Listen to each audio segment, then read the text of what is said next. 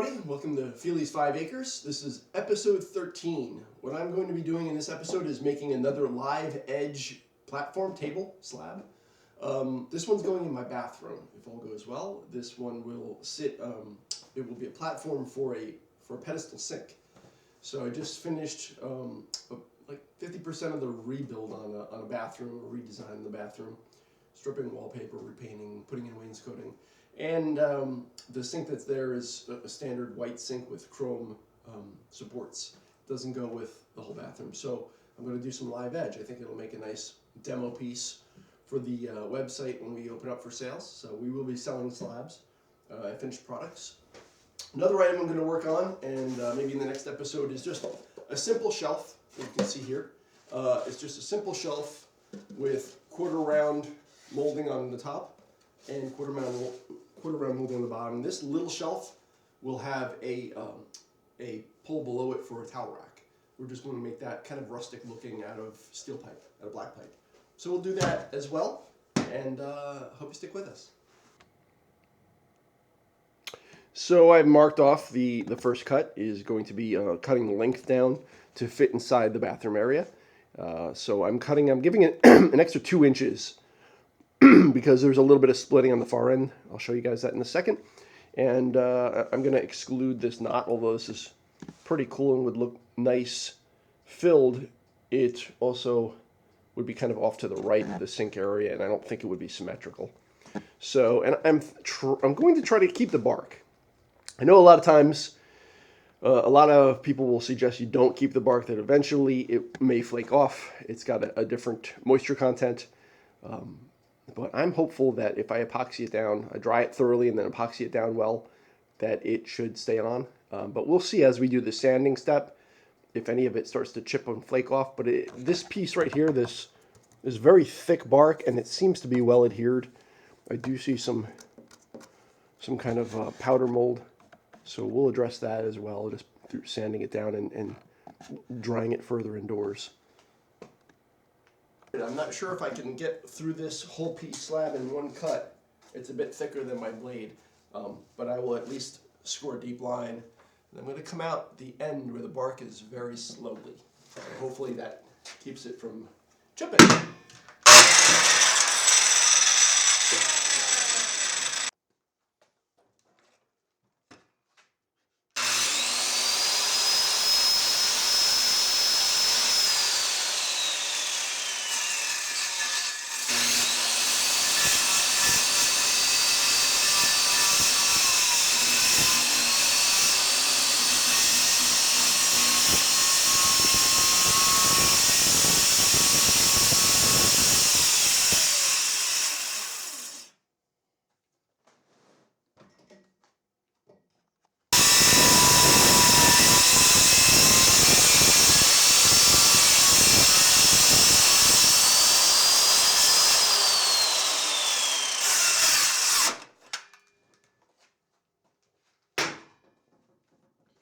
So like I thought, didn't make it all the way through. I'll come back in.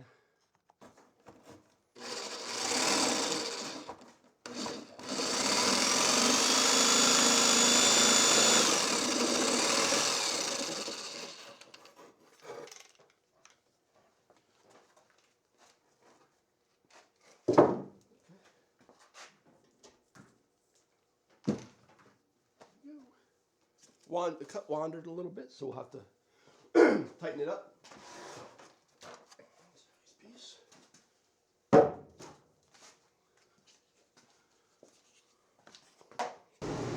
So, not too many people build slabs with popcorn.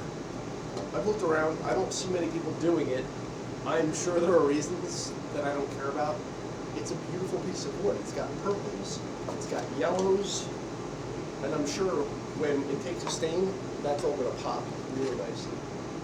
So, as I said, I cut it at 46 inches. I needed it at 43 and a quarter. And the reason I did that is there's a lot of dry edges and cracking on this side. I'm going to shave that off and then sand it down. And I have a rough cut that we just want to make on this side that needs to be sanded down. So it's going to come into 43 as a final. And the depth needs to be 22 inches, including the bark, because we're keeping the bark on. So I'm going to try to take an average marking here, just mark it off, and maximum can be 22. So I'm going to try to cut this end off. It has a lot of dead material on it, and we're going to keep the nice marking area.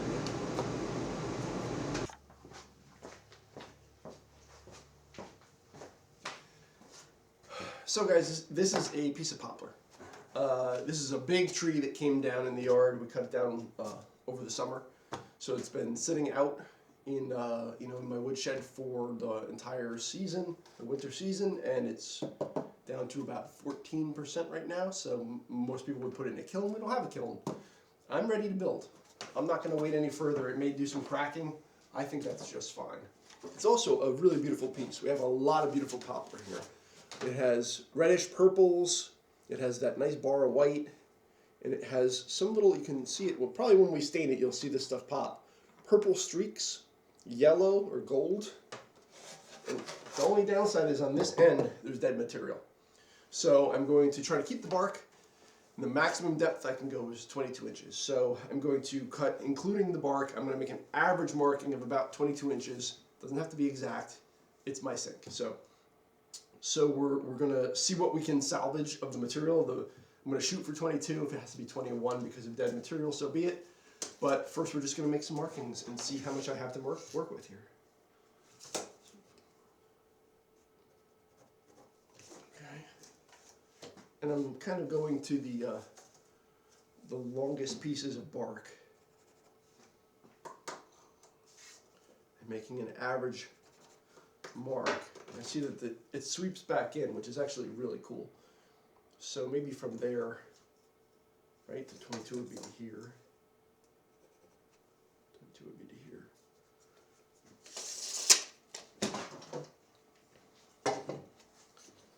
So what does that give us?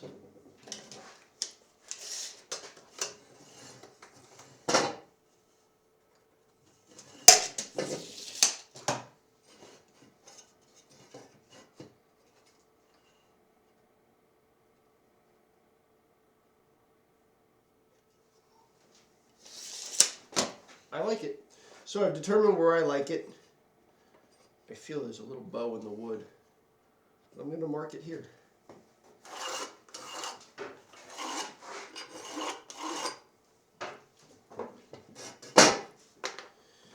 Now we break out the track saw. We don't have a track saw. What do? So I'm going to probably clamp some wood down on here and make a poor man's track saw out of it.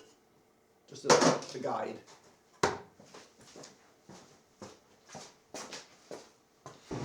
So, the first thing I'm going to do, and I'm sorry for the background noise, but the first thing I'm going to do is measure, unplug the saw, and measure from the blade to the end of the guide here.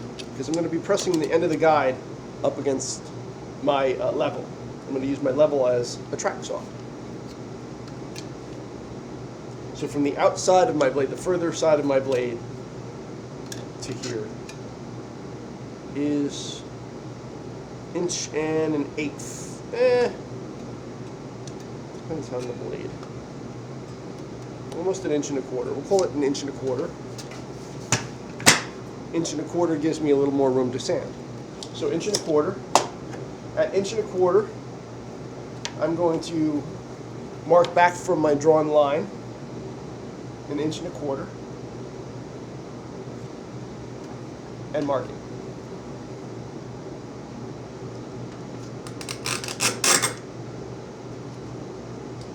Be careful when you're tightening. It can tend to move the piece on you a little bit.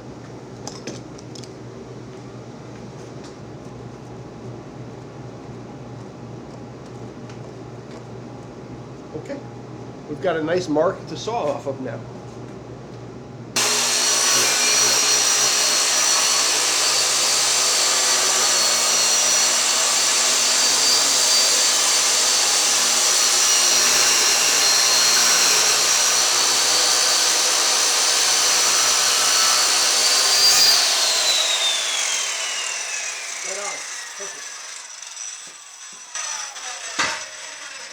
By the way, I always shut the furnace off when I'm doing something that's creating a lot of sawdust. We're going to talk about dust collection in one of our episodes. I have a new dust collector upstairs for our belt sander. Don't have the hoses down here. I'll probably set something up. But it would kind of be pretty difficult to kind of pull the flow, get rid of all this dust, and still maintain heat in this room.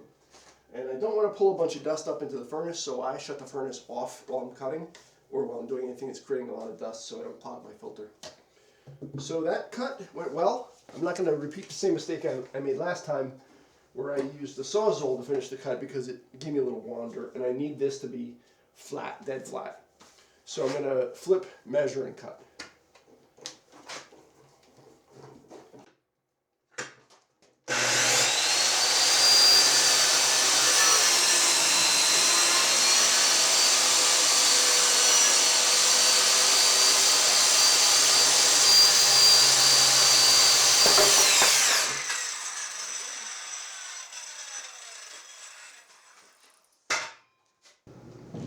So first thing I'm going to do is unplug the unit and replace the paper.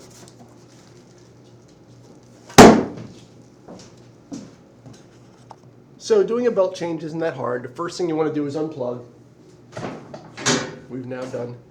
And we're going to roll the head until we see where it connects. And in the back here, let me show you this. In the back here, you'll see a tension clip. And it's a pretty strong push. You got to push it all the way through to lift that piece out. And you slide the paper out, and you unroll it. And then probably you would want to roll it back up as you go so you can store it. New paper goes on. You have a taper cut. You can see that the paper is cut with a taper on the left side, and that side goes on to the outside of the drum. So it starts the taper. You can see that.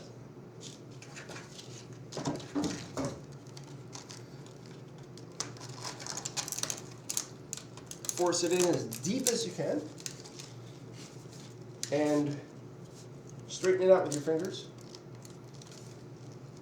and start rolling the drum, putting the paper on. And when you come around to the other side, you want to come right up against the paper as best you can and hold it taut. If you don't hold it taut, you're going to be redoing it once or twice when you get to the other side.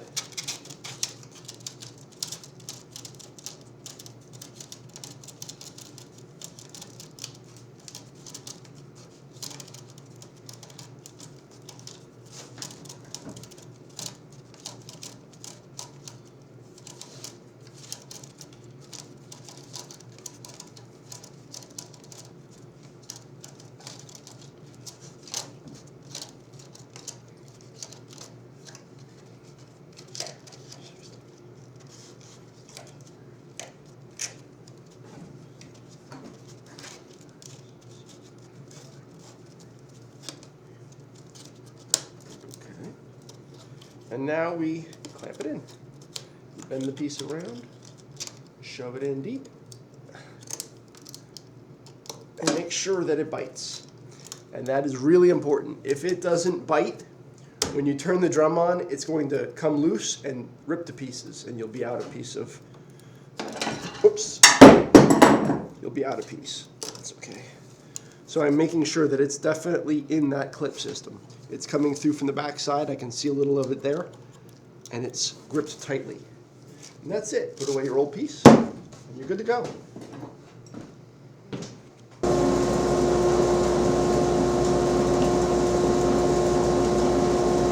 Okay, there we go.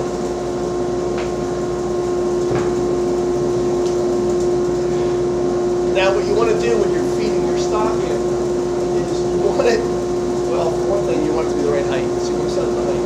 What I think I should do is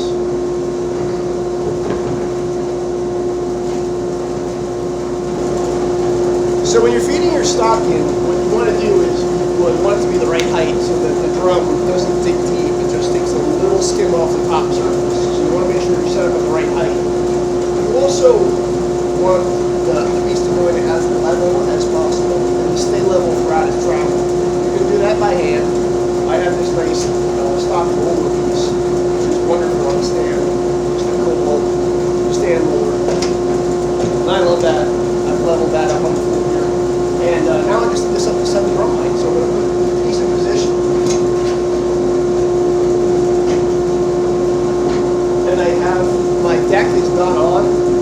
head is.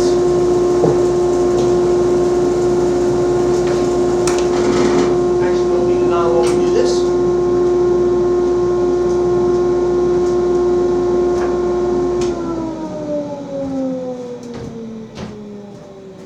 We don't actually need it on while we do this, so we're going to set the deck height. And once I have the deck height set, I can set the stand height.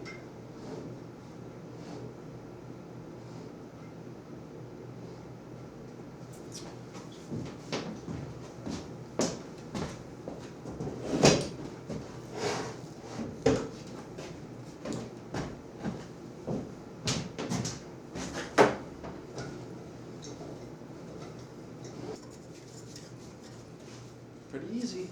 I mean, you can put a level on it if you wanted to, but it's really not that critical, right? My eye says it's level. And I think it's going to pass through the first pass without actually touching the drum head, and that's fine with me. I want to make a very shallow pass because I have an arch in the piece right here in the woodwork. So I want to take this piece down first, then I'm going to flip it and take the edges down and see what that does to the bark. That might start ripping bark, and I may want to think about how I do this. Well, let's find out.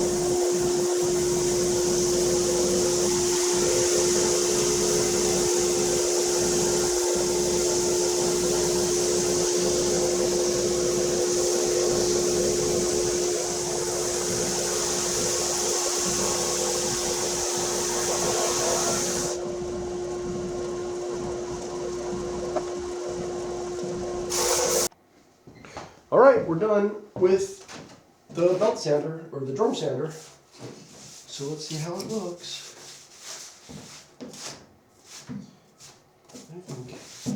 I think there's a lot of bug damage in the back and some soft wood back here. But it is poplar, so I'm not surprised.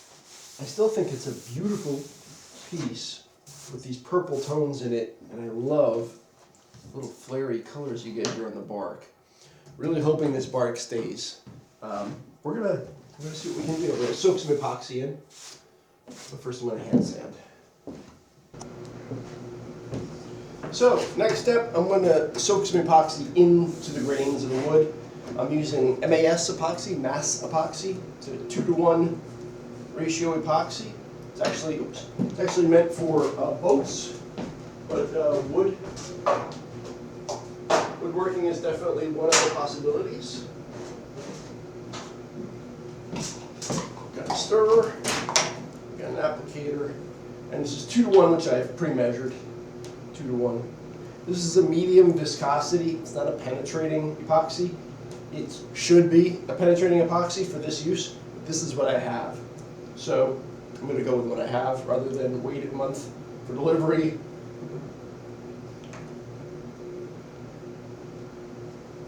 And these were pre-measured.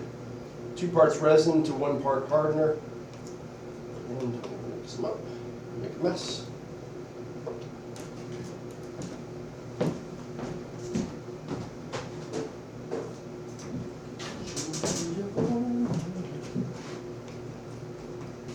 So I'm happy with that mix. Let's see how it applies.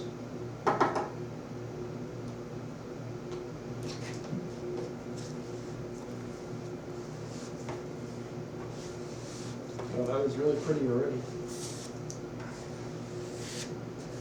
I'm telling you, I know why people don't use poplar. It is a very, very soft wood. It has no structural integrity. But this is a 2-inch piece. 2 1/4 inch original cut to give me room to sand it down to the 2-inch. Sand it.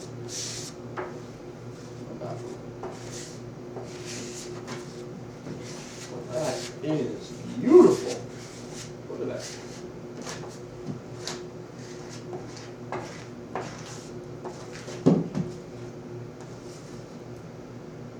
I'm going to pull the piece forward. So as it drips, it will drip. It drips down onto the floor here, not onto my equipment.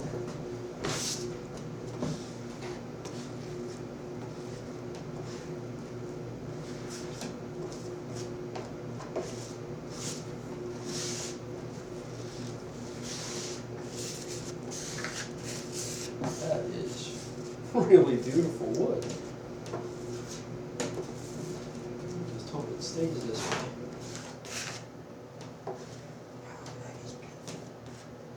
Get some soft wood back here.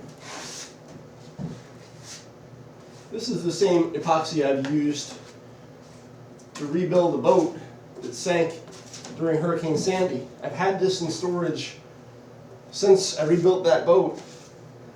And although it didn't look great upon storage, it is really doing a good job. I definitely used too much, way too much.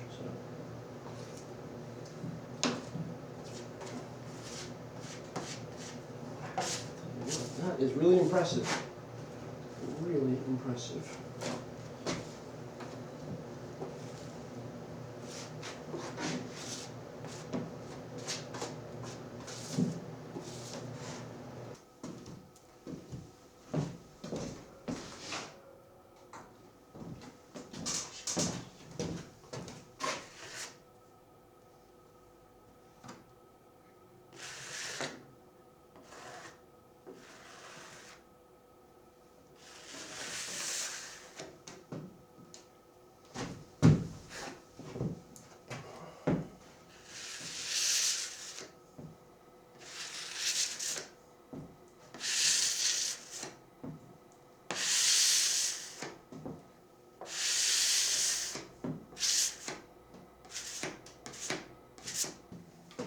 So I guess I'm going to let that soak in. It should penetrate. It might get dull, and it's definitely going to have some little ridges here and there, so we'll have to sand it smooth again down to 220 and then reapply. And at that point I can decide if I want to do a thicker tabletop epoxy that will add a gloss and a deep surface to it. This is going in a bathroom, so I need to epoxy all sides just to keep moisture out of it, just so it doesn't suck up some moisture. This is a very soft wood, and it definitely will attract moisture if we don't seal it well.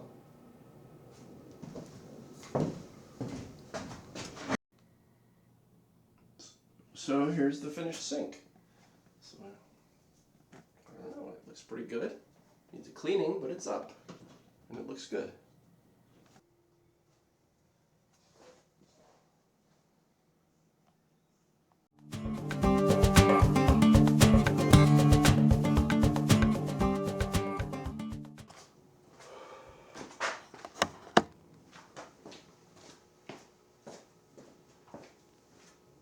Hi guys, Feely's 5 Acres.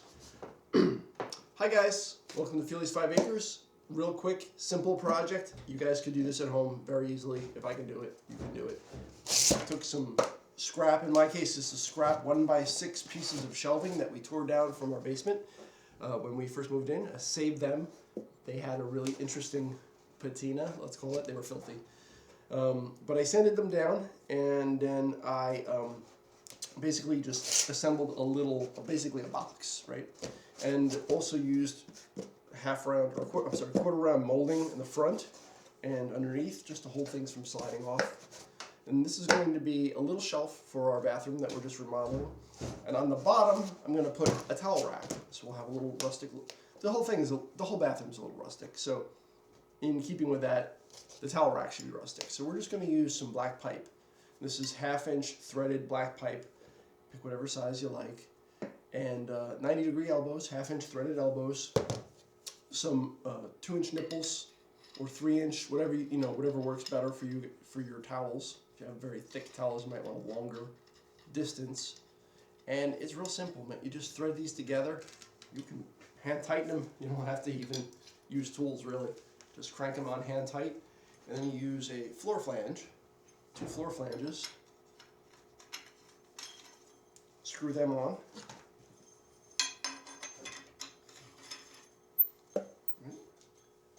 Nice and tight. And we're going to mount them on the bottom, and we have a towel rack.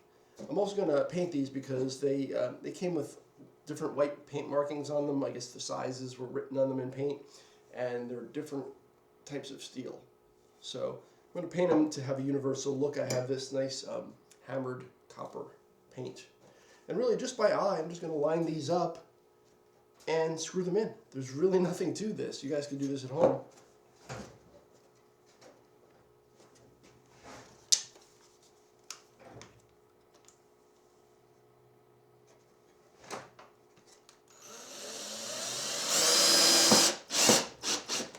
Boom. We're almost done. The hardest part really was figuring out how big to build the box. So basically I just made it longer than I originally thought I would because I wanted to get 2 little hand towels side by side. And really that was the only criteria for this. So definitely if you guys can hammer a little nail, you can build these, and they're really nice. I mean, you wouldn't put it in a modern bathroom, but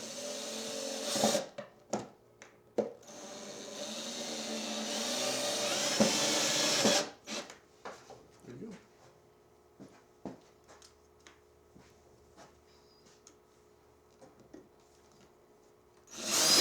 Ow. Don't do that.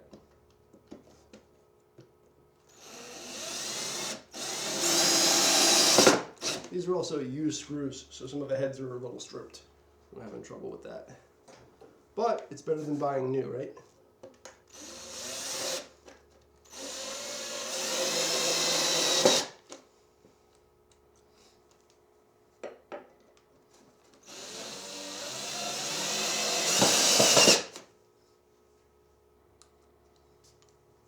Just make sure that your screws are wide enough to hold, but short enough to not come through underneath the wood. So whatever size wood you're using, if you're using 1x, they're actually 3/4 inch, so you want to use 3/4 inch or 1/2 inch would be even better. 1/2 inch screws so that you definitely don't punch through on the back side. That's it, guys. Rustic towel rack. I'm going to go hang it. I forgot. Like I said, I'm going to paint them all the same color. So I took the post back off, and I'm going to flip it upside down and paint it. I picked this Rust-Oleum hammered paint and primer, and it's brown, hammered brown. So it has a bit of, I don't know, maybe eggshelling that happens once you use it. But I just wanted a uniform look. Instead of having some black pipe, and some silver pipe, and some white paint. You guys could use flat black or or not paint them if you get them all, you know, all one color at the same time. So I like the way that looks. So it's gonna really go with the bathroom. So easy as that.